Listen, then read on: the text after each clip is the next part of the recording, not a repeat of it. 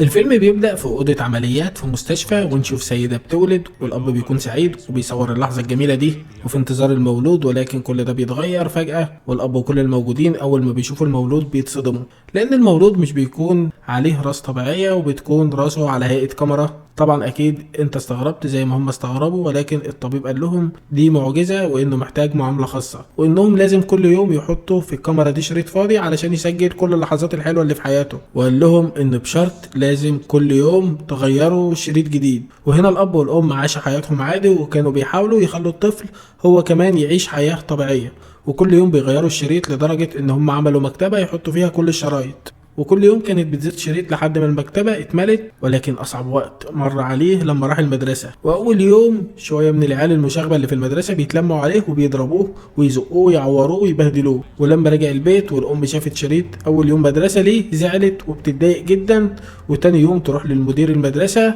وبتشتكي الطلاب، وبتفرج المدير على الشريط اللي ابنها كان مسجله. ومدير المدرسة لما بيشوف الشريط واللي العيال عملوه في الطفل المسكين بيعاقبهم، ومن وقتها مفيش حد بقى يتعرض ليه او يضايقه، وده لانهم عارفين اي حاجة هيعملوها فيه هتتصور بالصوت والصورة. طبعا الاطفال دي بعد كده بدأوا يتنمروا على طفل تاني كان تخين، وطبعا هو شافهم وصورهم وادى الشريط للمدير اللي عاقب الاطفال المشاغبه دي تاني. ولما كبر شويه كل اصحابه اللي كانوا بياخدوه معاهم في الخروجات كانوا بياخدوه مصلحه، لانه طبعا هيصور كل اللحظات الحلوه اللي في حياتهم. واول ما بياخدوا مصلحتهم منه بيسيبوه وبيمشوا. وهنا قابل بنت وحبها من اول لقطه، وخرجوا مع بعض وراحوا في كل حته وتصوروا.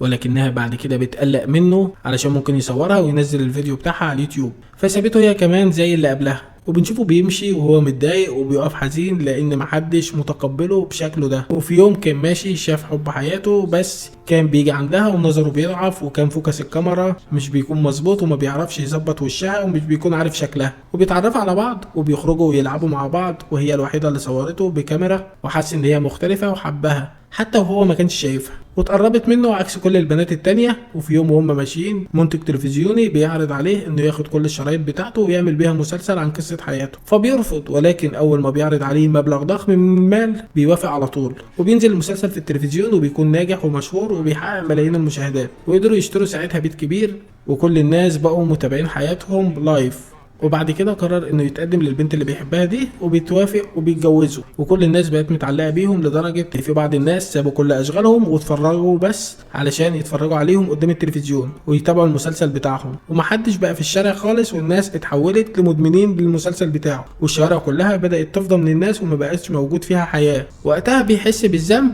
وبيحس ان هو السبب في كده. ولما كان ماشي في الشارع هو ومراته شاف البيت اللي عاش فيه وهو طفل، فدخل يشوف شرايط طفولته.